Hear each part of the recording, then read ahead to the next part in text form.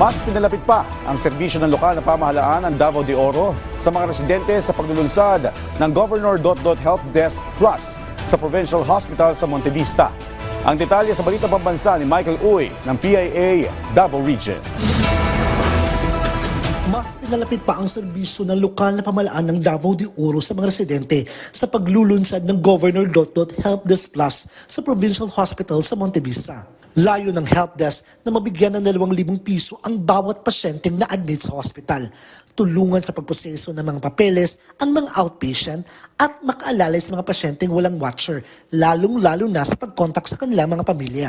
Pareho karon, nakita na mo ang inyong panginahanglan, nakakita may og solusyon, hinay-hinay, kay atiman na mo inyong panginahanglan. Laking pasasalamat naman ng mga pasyente sa kanilang mga natanggap mula sa probinsyal na pamahalaan. Kaya nito, ano nga makatapang nila sa pagkaon, pang-hospital, mampikit-liti.